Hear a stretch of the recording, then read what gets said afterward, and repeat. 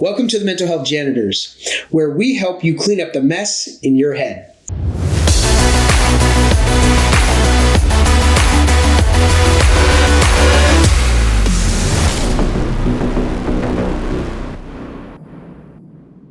So our podcast is designed to take these big mental health concepts and break them down into small bite-sized chunks, empowering you to take control of your own mental health journey. And so I am Sergeant Q, and with me, as always, is the lovely Jessica Bergens. Hi there. So Jessica, you are an Army veteran. Yes. I'm a veteran as well. I'm a Marine, and you're an Army veteran, and now you are a mental health professional. And so tell us a little bit about how that happened. Sure. So as a combat medic in the Army, I did a tour in Iraq and was also a lioness, which meant I did 2-week rotations out on the front lines with the infantrymen doing raids and checkpoints. And then I would come back from those rotations and be a combat medic. And I'm sure you can use your imagination to imagine what that kind of job was like as well. And so coming back from war, essentially, I was initially diagnosed with post-traumatic stress disorder in 2007. And that started a long journey for me in the mental health field as a client or a patient. And I struggled about 9 years, pretty devastatingly, with traumatic brain injury and PTSD.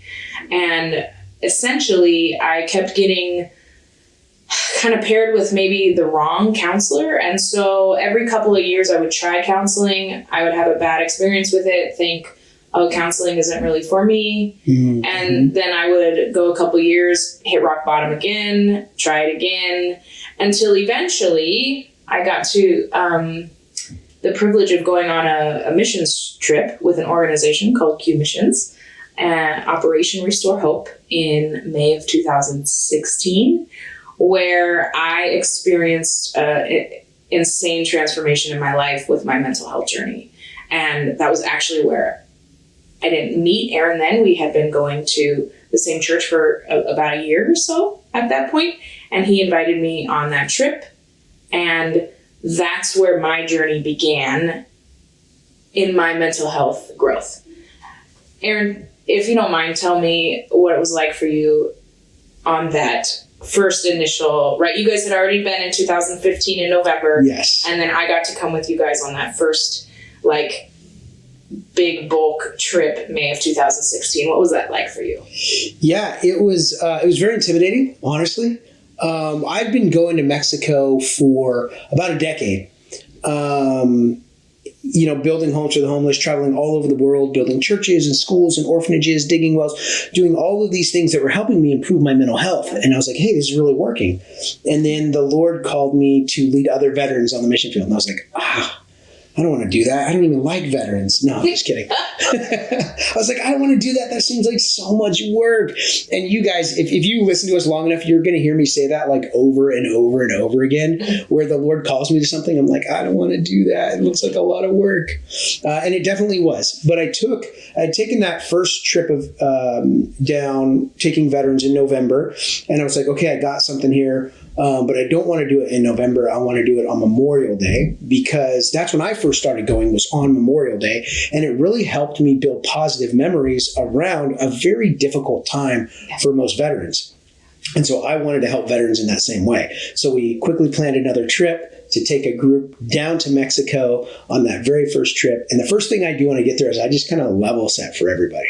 And I'm like, all right, raise your hand if you had difficulty coming here today. And every hand goes up, because we're all struggling with anxiety and depression and this angst of I don't know what's going to happen. I'm traveling across the border to another country that is dangerous, and I have no weapons, right? And so those are all barriers that are in the way of us actually going. And so as I'm asking these questions, I'm feeling that same way. Exactly. But now I have the added pressure, because now I've got, 20 other veterans and their families with me that I'm now responsible for. So it was incredibly overwhelming. I was super nervous, I'm going to do something wrong. But I just had to trust that that's where God had placed me, was to lead other veterans. And so I just tried to walk in that best I could, and it was incredibly difficult. But now we're into our 7th, almost 8th year of doing these trips and taking veterans to Mexico. And we've taken them all over the world, but specifically to Mexico each year. And it just gets bigger and better every single year. I have other organizations on the East Coast now where I've taught them the same process. And now they're leading teams, not to Mexico, but to the Dominican Republic. So it's just crazy how this thing has blossomed and grown. And what's really cool is you were there really from the beginning watching this whole thing take off. Yeah. So it's been really cool to develop this relationship over these last few years. And now we're working together on this new endeavor in mental health, helping people take control of their mental health journey. So really, really cool. Really quick before we get into the next segment, you had said something that just really kind of sat there for me. You had said that you had gone to counseling several times and it just didn't work out for you. And now you are a mental health counselor. You're a mental health professional. You're providing this counseling for other people. So what is one piece of advice that you would give to other people like myself who have gone to counseling and had a bad experience and been like, no, I don't want to do that again? So what's some advice you could give all of us, myself included, when it comes to that? Such a good question. And I guess my immediate answer to that would be, every client that I sit across from in my initial intake, I have to go over like 13 pages of disclosure forms, right? It's like, gives you a headache. But there's a couple things that I really make sure they understand from in front of me, that they hear it from my lips, that they understand what I'm saying. And one of those things is being able to choose the right counselor for you. And I say it with all of my clients. And I would say that's kind of the caveat to them wanting to book with me again. Is this verbiage, as I would say, something along the lines of, the most important thing, Aaron, is that you get a good fit with a good counselor. And if at any point in our counseling journey together, you feel like we're not a good fit or I'm not a good fit for you, there will be no hard feelings. And it is my job and my honor to help find the right fit for you. So please don't hesitate to reach out to the reception team or to me if you're comfortable, and we'll do everything that we can to get you the right fit with the right counselor, because that's, at the end of the day, what's going to help you grow. Does that make sense? Yeah, absolutely. I've been through tons of counseling. No one's ever said anything like that to me. Yeah. So that would be incredibly helpful, because I always felt like I was stuck with this person that the VA assigned to me. And it's kind of like when they issue you a piece of gear and you're like, this canteen, the lid doesn't seal. It's like, you're not getting another one, so just make it work. That's kind of the mentality I had with counseling. So that's really refreshing to hear that. Thank you for sharing that. That was a great little piece of advice. So if you've had a bad experience with a counselor, go try another one, till you find that right fit. And then you'll start making some headway. Yeah, exactly. Fantastic. All right. So each one of these sessions that we have together here in the janitor closet, we're going to kind of go through a pattern for you guys so you guys get used to it. And the first part of the segment is always going to be about new advancements, like what is happening out there in the mental health space, so you guys can stay up to date on the new things that are happening, new therapies, new treatments, new technologies that are coming out. So that way you can try all these things for yourself and find something that fits for you.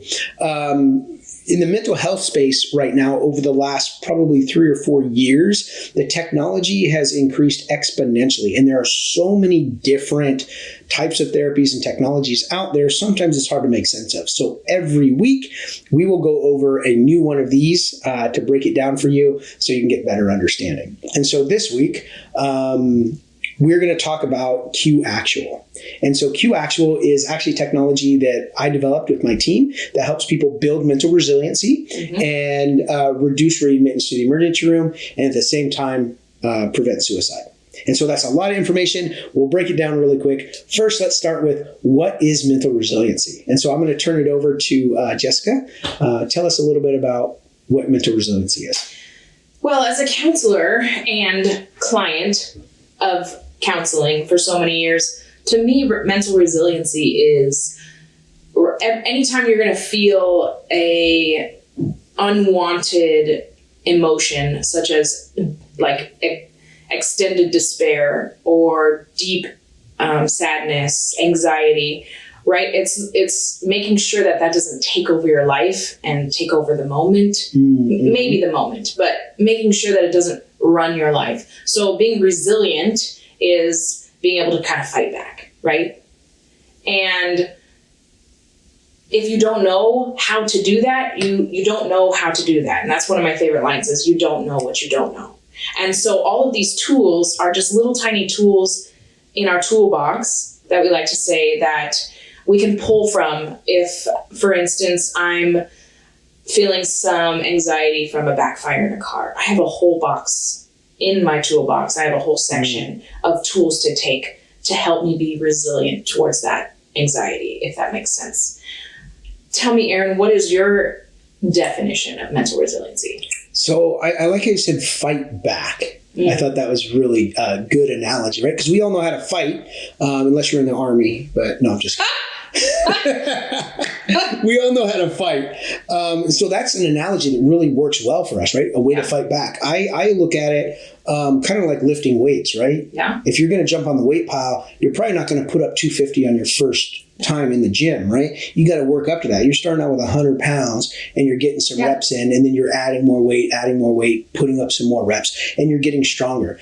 What I've learned in my mental health journey is that I kept waiting for the symptoms to go away, or waiting for the anxiety to stop happening, or waiting for the depression to just disappear. That never happened. I had to shift my mind to be like, okay, these things aren't going away. They're not lessening. I just need to become stronger. Perfect. And so instead of when this thing happened, it would fill up my whole box of my life and it would overwhelm me. I couldn't just remove those things. I was stuck with that.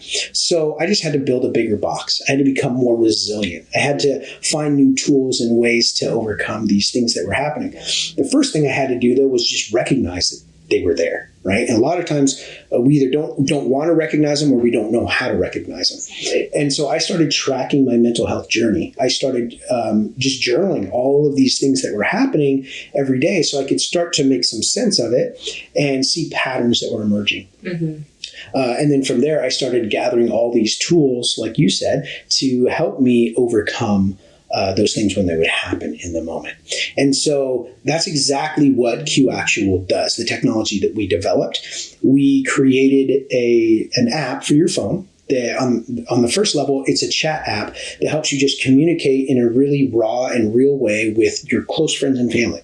So instead of like, if you're struggling with depression, putting it out on social media, sometimes you get friends that want to support you. Sometimes you get frenemies that want to kind of take shots at you. So it's not a positive place to be vulnerable to people. So what we did is we created a private network of people that you know and trust that can help you when you're struggling with mental health. And you can give support and receive support because just at its base form, it's a chat app that's on an AWS HIPAA secure server. And so all of that stuff is secured end-to-end encryption. So it's not like Facebook where they have access to all of your chat data, right? They could go in and look at it at any time. They can turn it over to the FBI. They can do all of these things. With us, it's end-to-end encryption, so we don't hold any of that data. It's only on your device. The other really cool thing is that it allows you to chat, like I said, in a secure way, but it also helps you track your mental health data. Amazing. So every day you do a wellness check, takes about 20 seconds, and we track that data, record it, and then we reflect it back to the individual at the end of the week so they can start to take control of their mental health journey. They can start to see patterns emerge in their life just like I did. It helps build that mental resiliency. The other really cool thing, when we developed it, we created a clinician dashboard just for people like you, Jess. Yes. So now you can take, if you're utilizing this technology, you can link in your mental health provider and they can have access to that data. Now, not your chats. They don't see any of the chats. It's only those wellness checks that you do every day.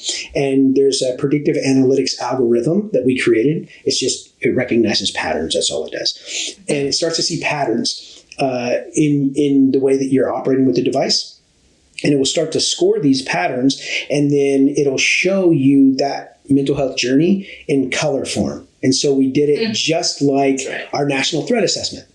So, from green to blue to yellow to orange to red, you can start to see the progression of somebody's mental health. Now, a mental health provider can reach out and offer support before people get into crisis. Amazing. It's been incredible to utilize. I know we're getting ready to sign you up on the platform so you can start utilizing it with your clients. It's a really cool tool to utilize to be able to track that mental health data and then reflect it back in a real way that you can make action items out of. Yeah. And Aaron, when you said you track every day, right?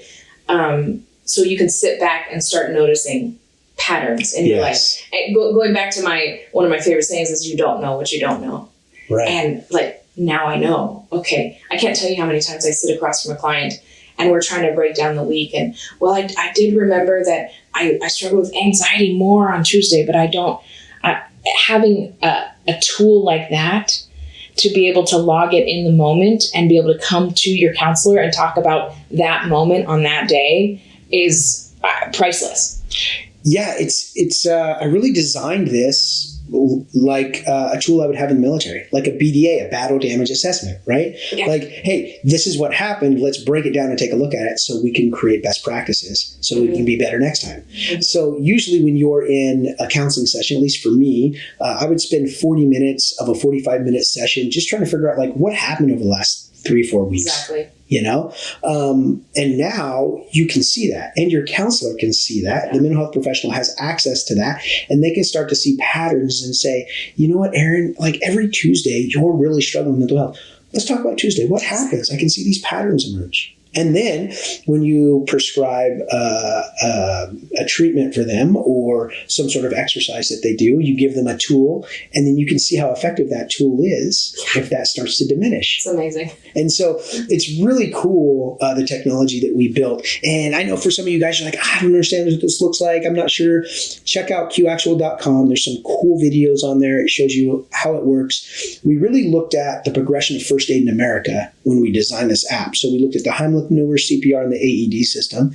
And we asked, why do these systems work? It was really simple. They work because it puts the power to save life in the hands of the average person. Yeah. The person that's closest to the victim. And that person's job is just to keep them alive long enough to get them to the professional medical treatment they need. The app does the same thing. You have your group of friends, and their job isn't to be your mental health counselor.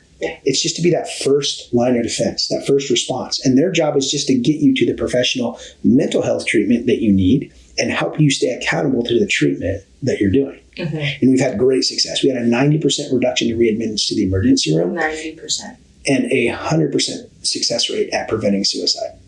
In a clinical study a year ago. So it's an incredible piece of technology. And so that's your first piece of technology that we'll share with you guys. There's going to be many more pieces of technology and techniques coming in the future. We'll share one with you every week. And I'm excited to go through this process of being the clinician and sharing with our audience how it's working for me and how it's beneficial for me as well. Yeah, yes. I don't know why I didn't think about that. I'm just thinking the patient side, right? And so she's thinking the clinician side, which is perfect. That's exactly what this is supposed to do, right? Exactly. So I'm the layman when it comes to the mental health side of things, and she's the mental health professional. So you're going to get two really cool perspectives on these products and these services and these techniques that we're going to be talking about. However, at times you will wonder which one is the layman and which one is the professional, because he says words that I have no idea what they mean.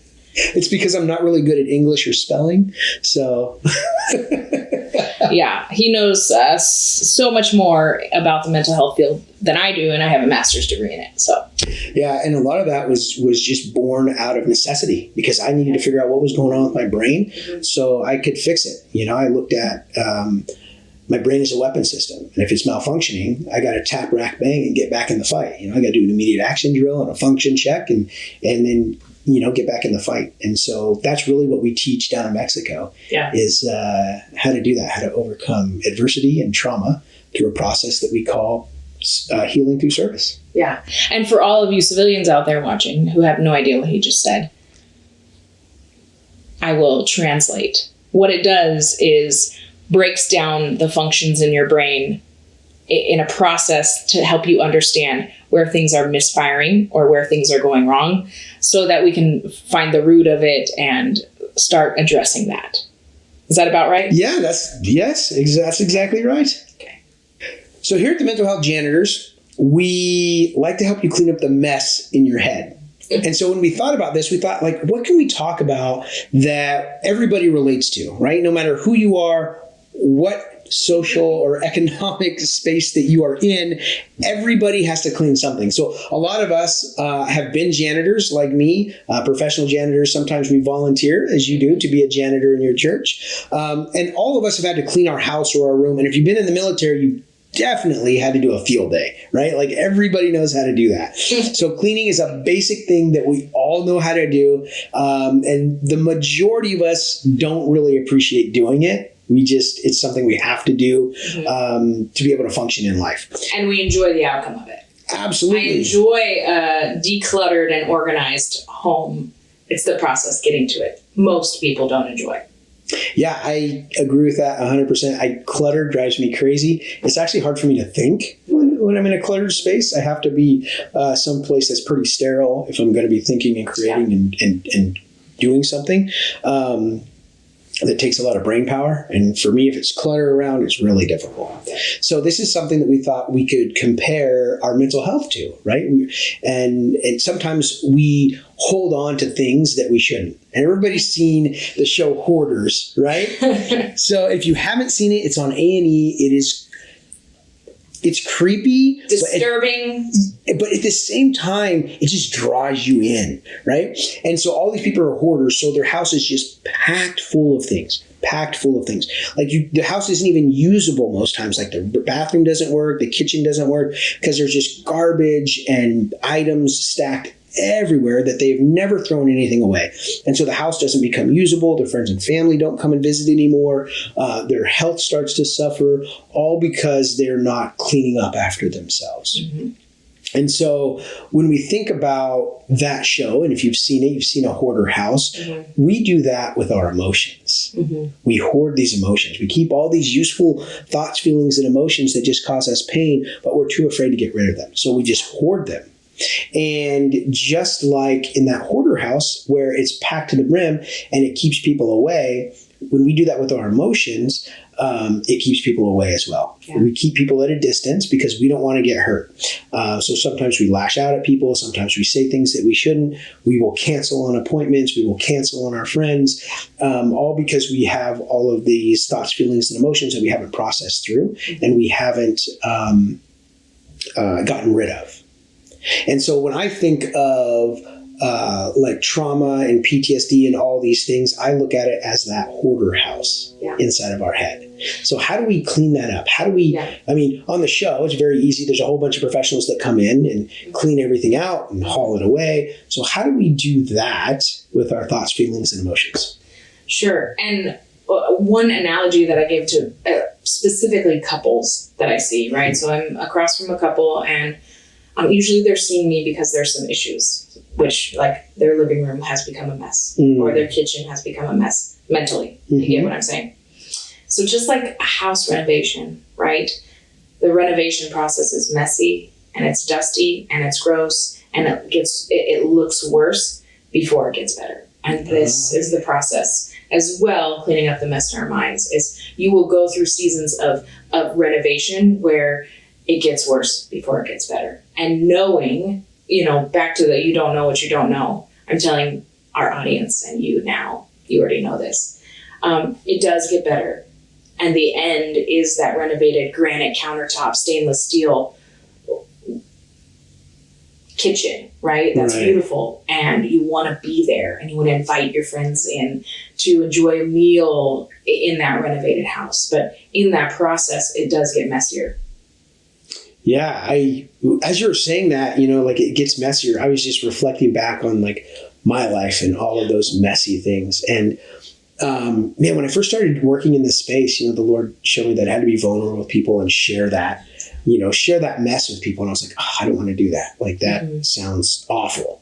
And it is, I gotta be honest, sharing that and being vulnerable with people, it is awful. But what it does is it encourages and empowers other people to be vulnerable as well. Exactly. And it allows them permission to talk about their own mental health struggles. And that's one thing that I've really learned in this whole process, is that when I share the things that I'm failing at or that I'm struggling with, it helps other people not feel alone. Like, oh my gosh, I thought I was the only one dealing with this. Yeah, exactly. And that shame that comes with that, and that uneasiness, and like, oh, I'm never going to get any better. Like, this is never going to work. All of those things that just bombard you and try and prevent you from even trying. When I'm vulnerable with people and I share these things, it really does empower them. And then that encourages me to share again, right? And help other people. It's definitely not easy. It's definitely not comfortable, but it's absolutely necessary. And so I would tell you guys, as you're listening to this and you're going through this process, that there's going to be opportunities for you to share your mental health struggles with other people. So I would just encourage you to do that. Now, you have to do it in a safe environment. You definitely don't want to just put it out on social media because, like I said, it can turn out poorly. But you got to pick the right people to be vulnerable with. Or if you see somebody that is struggling, maybe you share like, hey, I know how you feel. I have felt the same way. And this is what I've done to overcome it. Give them a little bit of hope. And that hope is the number one catalyst for change and survival. Yeah. So if you were speaking to yourself a decade ago, what would you say to help unpack this idea of cleaning up that mess and having that new clean environment, that new clean kitchen? Like, what would you say to your former self? Sure. It's a really good question. We didn't rehearse this. No. The first thing that I would tell a decade ago, Jessica, is God has got you at all costs. It doesn't matter what you go through. Rely on him. Find your comfort in him. Your peace will come from him. And I'll come from that standpoint because that's just the foundation of who I am. And I wouldn't be alive today without him. I would be one of the 22 soldiers that did end their life. I would also tell myself that uncorking that, I look at it, I used to think of it as a mason jar, right? All these things that I'm bottling up. And I had kids and a husband and all these responsibilities, and I had to keep that lid tight because if I cracked it open a little bit, there's so much pressure in it, it would overflow, and I would end up in a loony bin. That's probably not politically correct. A white padded room for the rest of my life. And that was my fear. I would rather put myself aside, keep this mason jar tight and closed, than opening it up and taking that risk. And what I would tell myself is take the risk, because on the other side, right, I'm now counseling other people, and God used me in those steps to grow so that I can turn around and help other people. And never in a million years, 10 years ago, would you tell me I would be a mental health counselor someday, right? And that's just how God works. That's how human beings work. I trust God through the process, and trust yourself through the process of being vulnerable. You said something there that was really key for me. And I don't know if it's going to resonate with anybody else, but it definitely resonated with me when you said that you were afraid that you were going to end up in a white padded room, right? In a mental institution. Yeah. And man, that was a huge fear for me as well. I would get into that really bad space because I'm just like trying to hold it all together, pack it all down, keep it all away. It's like trying to hold back a river, exactly. And it's like, it's coming, you cannot stop that flow. That was a huge fear for me. So I don't know if that's a fear for some of you guys too, is like, if I talk about this, if I go get help, if I let people know, then they're going to think that I'm crazy and I'm going to end up in a mental institution. That was a huge fear for me. And I remember the first time I actually walked into the VA saying, hey, I need some help.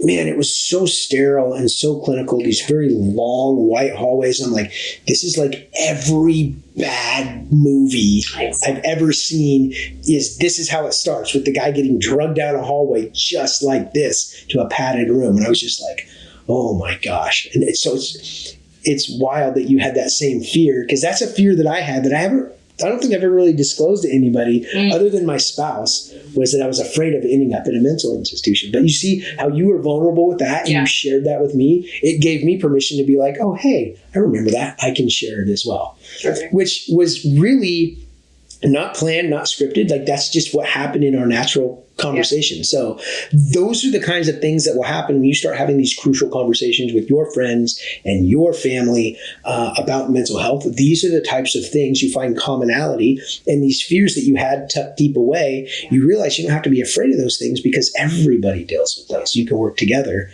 to overcome them. Yeah. So one thing that we'd like to do on this podcast is talk about current events that are going on with mental health. And let's talk about the elephant in the room, COVID, right? When COVID hit, I was the in-school suspension teacher. And I got, being a part of the administration team, I got to be a part of the team that monitored the new Chromebooks that these kids got. And mental health searches went up 650%. Wow. In the first 6 months of COVID and the schools being shut down.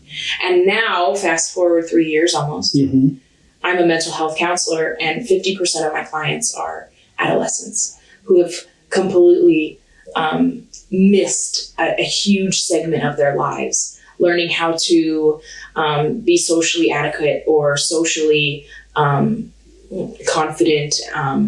Anxiety rates are skyrocketing. Suicides in adolescents and human beings all across the board are skyrocketing. What have you noticed, Aaron, establishing Q Actual and in your journey of mental health? What have you noticed COVID has affected? Yeah, it's affected everything in our life. Like there's not a place in your life that COVID has not affected. Like everything that we've done has changed. It has single-handedly changed the way our society operates. We used to be a lot more friendly with people, have a lot more grace for one another, have a lot more interaction with people. But what COVID did is it taught us to fear each other because we didn't know if they had the virus or if we had it. So I'm staying away from you 6 feet. I am covered. My face is covered. I'm living in fear that you may have a virus that could kill me. And on the other side of that, I'm now fearful that I could have it and not even know, and I could be spreading this and killing other people. So it put us all, the entire globe, into this fear of our life. And we lived there for about 3 years where all the information was changing constantly. I mean, if you looked at this thing on a propaganda level, like this would be the ideal CIA psyops. So if you looked at this thing just from like a 10,000 foot view, this would be the ultimate like CIA psyops thing that they would do to a population to try and destabilize a government. Now, that's not what happened because the entire globe was destabled, right? There was not one organization or government entity that was not affected adversely because of this. So I'm not saying it's a huge conspiracy theory, but when you look at it, like this is something that was this huge psychological shift that we saw in every society that's on the planet. And so coming back from that, it's like, okay, how do we relearn how to engage with one another? How do we relearn how to be in community with one another? Because we were so divided for such a long time under this threat of death that it really did damage to everybody's mental health. And so that's the negative side. But here's the positive side of what COVID has done. It has put the conversation of mental health at the forefront of our society. It's something that everybody is talking about. Everybody's looking for solutions. Everybody's working hard to create programs and solutions to help themselves and other people. And I'm in that camp because I struggled with mental health long before COVID ever hit. And so now I'm seeing all these other people who are experiencing it for the first time being like, wow, I really understand this now, because they're seeing it from first person instead of just seeing me struggle with it. They're seeing it from first person because they're struggling as well. So that's the positive side. It's really brought this mental health conversation into the forefront. And now we can all, as a globally united entity, be looking to find solutions and talk about these things, so that way we can figure out ways to beat the next mental health crisis that happens. So with the onset of COVID and, like you said, the high need for mental health solutions, what are some of the things that you've seen out there in society that have changed because of COVID? What are some things that you've seen?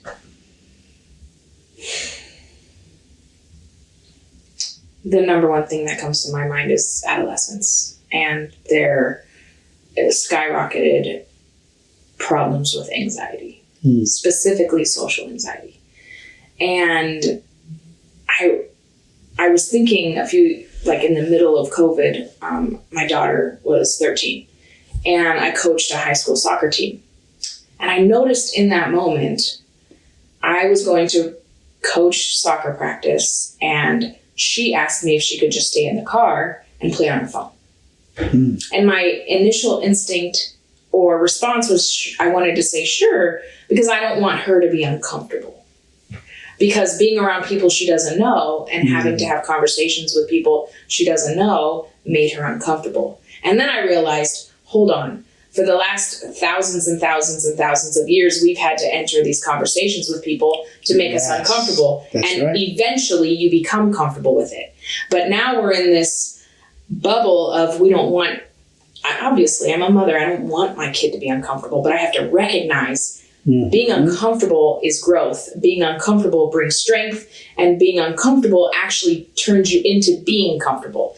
And so lots of it is us as parents need to open our minds to, okay, how can we help our kids, our children and adolescents, not let this COVID shutdown completely overtake our children? And also get back to the roots of it's okay to be uncomfortable sometimes. Yeah, I like what you said there. It goes back to what we talked about in the beginning, where building that resiliency, right? That mental resiliency. It's like that, lifting those weights. Like every time you enter in one of those conversations, you get a little bit more confidence. You get a little bit farther along in the conversation. And sometimes you make mistakes. You're like, oh, that was a bad interaction. And so people will shy away from that. But I encourage you to lean into that. Be like, okay, well, what can I learn? What can I do different next time to be successful, right? And so it goes back to the resiliency thing that we were talking about. Exactly. And when you mentioned that, it actually it reminded me of this guy on YouTube that I follow. I absolutely love this guy. He is a Jewish rabbi. His name is Tversky. This guy is fantastic. He's this old guy, this white beard, epic white beard. He wears his little yarmulke and he just sits there and talks. Super cool. You find him on YouTube. Absolutely love this guy. But he talks about this idea of being uncomfortable, and that is a catalyst for growth. And so it's a really cool talk that he does. I want to say it takes like maybe 5 or 6 minutes, not very long at all. Super, super quick. I will summarize this. So what he says is he gives the analysis or the comparison of humans and crustaceans. So a lobster. So he says a lobster, when it starts out its life, it's a small little fleshy creature. And what it does is it creates this exoskeleton. It creates this hard shell on the outside to protect it from predators. And so as it continues to grow in its life, that shell doesn't grow. So it becomes really uncomfortable, really tight. And when it gets really tight and uncomfortable, that is a catalyst to tell the lobster to go find a rock to crawl under, shed that shell off, grow a new one that's bigger, and then go back out. And he will do this 5 to 7 times in its life cycle, and that's how you get these big lobsters. Now, if we were a lobster, if a human was a lobster, and when we felt uncomfortable, we don't have to grow, because we can just go to the medicine cabinet and get some medication from a doctor, or use alcohol or use drugs to self-medicate to take away that uncomfortable feeling. And so if the lobster had a therapist or had a doctor or had a medicine cabinet or an alcohol cabinet, it would never grow, because the minute it felt uncomfortable, it would use something to not feel uncomfortable. And so we need to look at that in our own lives, that when we start to feel uncomfortable, that is not necessarily a marker for us to be like, oh, I need to go find comfort. But that should be a marker in our life telling us that it's time to grow. It's time to grow from that experience. Get some mental health counseling. Use some of these tools that you've been taught. Talk openly about your mental health. Read a book. Do some Google searches, right? To learn how to cope with these things, to build up that mental resiliency.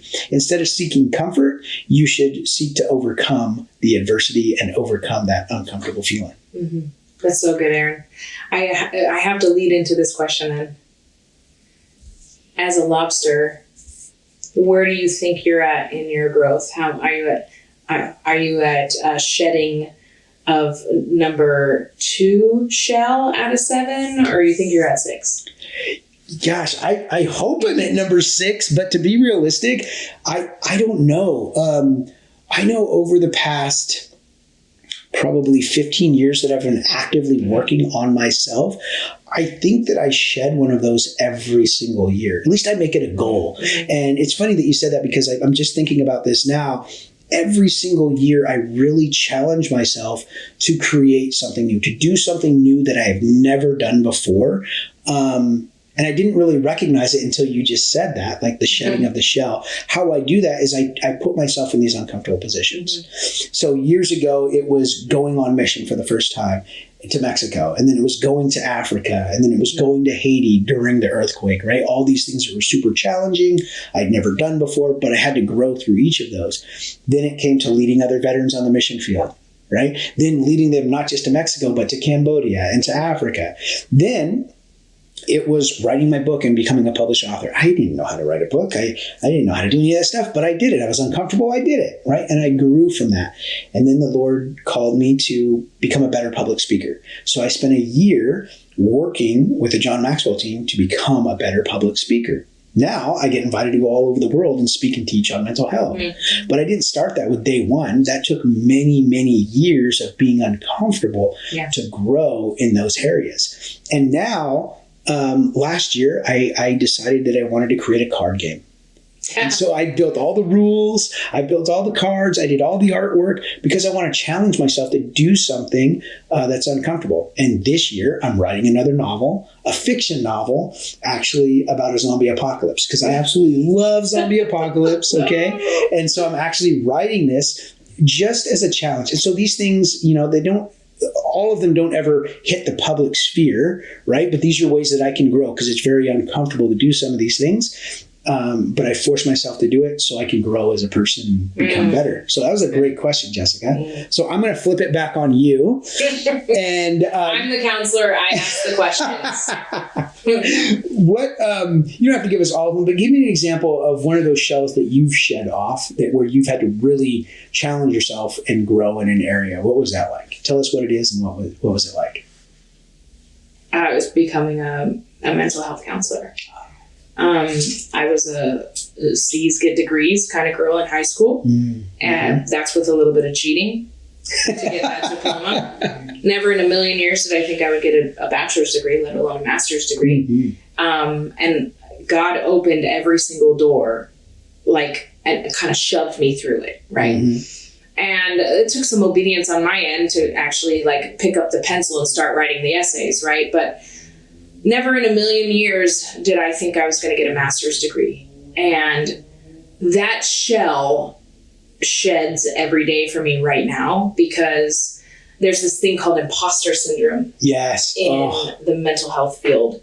And it's in many fields, but I will be, and this is maybe to hopefully help you as an audience or you as a client to remember that your counselor also is human and struggles with a lot of the times this thing called imposter syndrome. And I'll be sitting across from an individual or a couple and think, I do not deserve to be here. I don't know enough. What am I doing?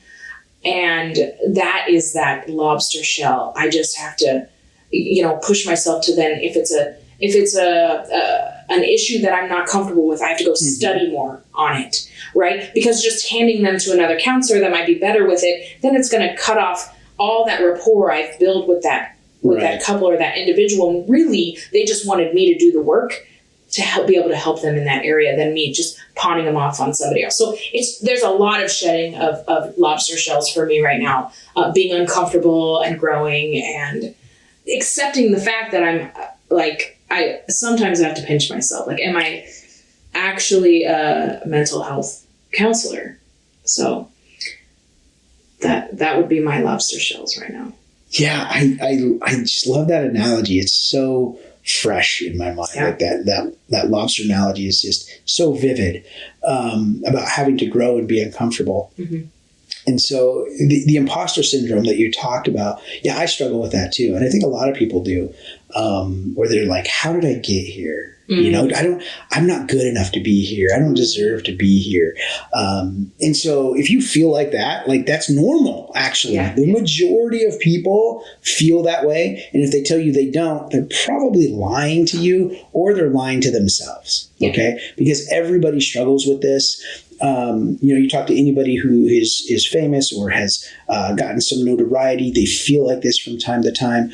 The first Hispanic pilot of the space shuttle, he felt like that. He came from an immigrant family. His family worked the fields, and then they stayed in California so he could continue his education. And then he became the first Hispanic astronaut. And he actually landed the space shuttle flying over those same fields in California that he used to pick vegetables from with his family. That's cool.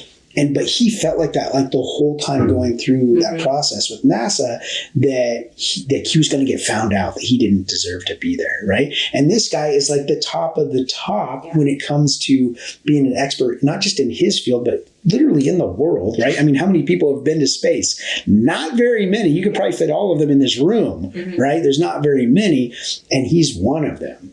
And he still struggles with that. So we all deal with that imposter syndrome. That's a great point to bring up for sure. And I have to ask you, remembering stories like that, right? As you went through the process of wherever you heard that story, whether you read it in your mental health journey or came across it, going back to being transparent, gives us an open door to be transparent with ourselves and other people, right? Reading that, whenever you opened up to that story, was that one of those times that you thought, oh, I can feel this way? The first time that I read about that, I was actually preparing a speech for a benefits dinner. And I wanted to talk about people who had overcome adversity, really come from nothing to become experts in their field. And that's when I first read about that. And I hadn't heard of imposter syndrome before. I'd been dealing with it my whole life, pretty much. Even my time in the Marine Corps, where I got to go to Anglica, which is a special forces unit, and I did that, and I became a master parachutist, a close combat instructor, a naval weapons security manager, got to do all this really fun, cool, high-speed stuff. And there's times now, even in my life, I'm like, did I really do all that stuff? This seems like something that, some old veteran would just be telling war stories that weren't true at the bar. But I'm like, I really lived through all that stuff. So it's that imposter mentality. And I deal with that in my speaking career, in my business. I've got 130 employees, and sometimes I'm like, gosh, dude, I do. Okay. I own this building. I own this business. I was homeless in this city 15 years ago, and now I own this commercial building on Main Street. So all of those things, I have to remind myself, yes, I've done the work. I deserve to be here. I really have done these things. I've overcome this adversity, but I have to remind myself of that. Otherwise, that imposter mentality definitely comes in and tries to steal my joy. But the first time that I read about it was the first Hispanic astronaut, and he talked about that, and I was like, oh, this concept. So then I started researching it. I'm like, oh my gosh, other people deal with this too. Yeah. And so it's just this aha moment, and there's been thousands of those aha moments, and that's just one of them. And so when we start to talk about our mental health journey and talk about these things, other people have those aha moments from our stories, just like he did. He was vulnerable, and he talked about this thing that was burdening him, and he put a name to it, and I was like, oh man, me too. Yeah, okay. And then I researched it, found out more about it, and now I'm more comfortable sharing my mental health journey And he doesn't know me. He'll probably never, meet me. But he definitely had an impact on my life, helping me understand what this was that I was feeling. And hopefully, if you guys stay tuned and listen, hopefully we'll be able to drop a few of those little nuggets for you guys. And you'll be able to understand some of these concepts, and maybe it can help, lead you on your own path of healing. That's great.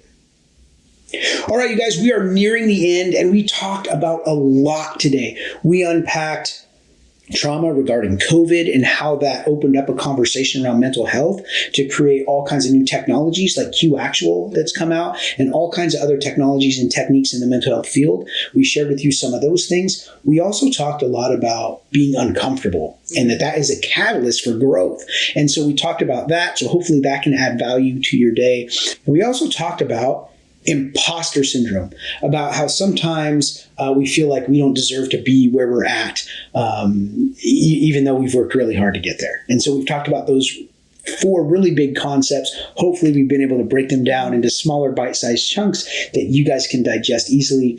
But we always want to leave you guys with a mental health tip, something you can use right now today, an action item to help improve your mental health. And so today, Jessica, you were talking a little bit earlier in the pre-show about this idea of RAIN. Yes. And so tell us a little bit about RAIN, what it is, what it does, and how we can use it. Sure. So RAIN is a technique. It's a mindfulness technique, and it's the acronym RAIN. So RAIN.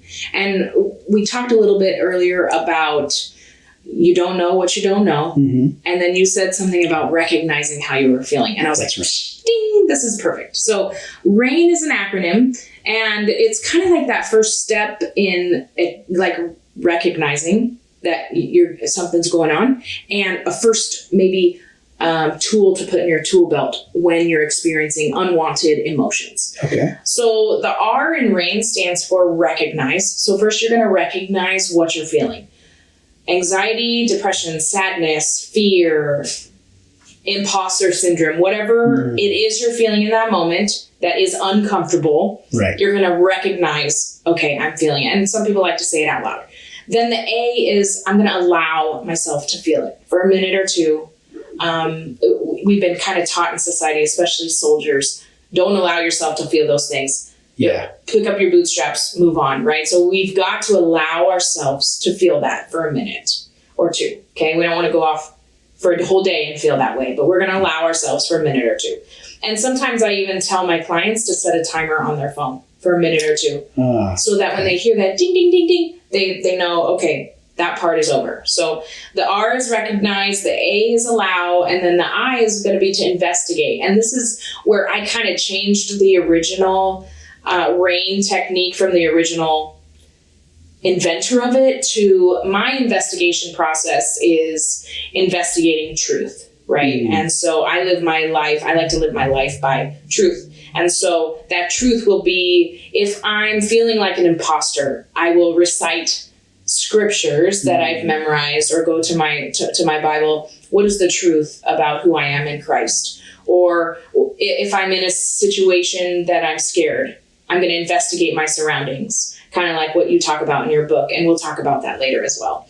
And then as I'm investigating, I'm finding out the truth. And the end result is the N, which is, it's usually nurture, or I like to add not take personal.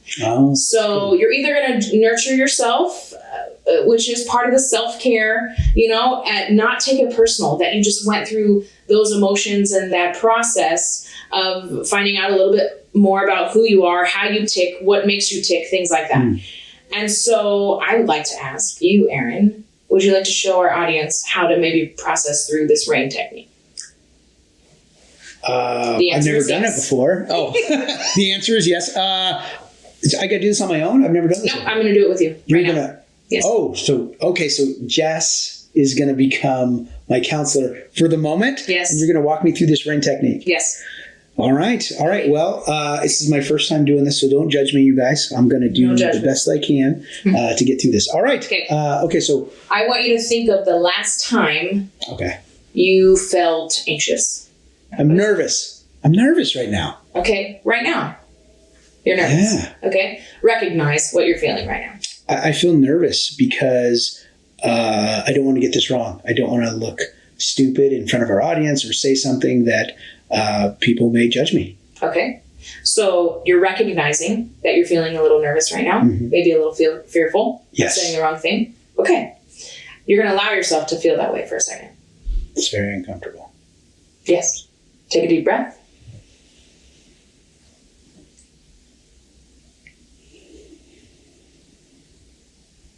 Okay. Now we're going to investigate. Investigate. Who are you with right now? I'm in my building with my staff outside, and Casey, our producer and cameraman and audio technician, lighting specialist in the room, making sure everything's running right.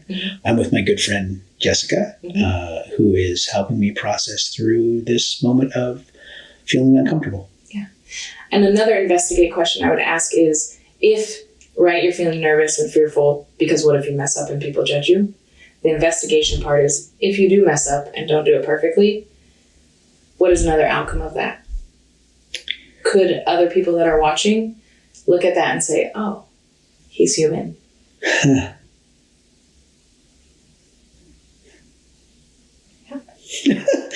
Yeah. Yeah. Okay. Wow. Jeez, Jessica.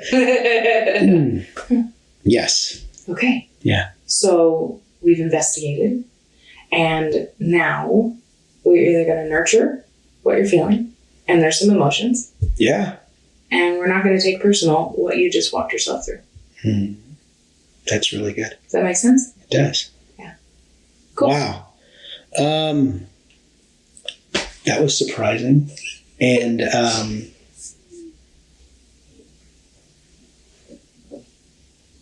it released a lot of the pressure of doing this show, actually. Awesome.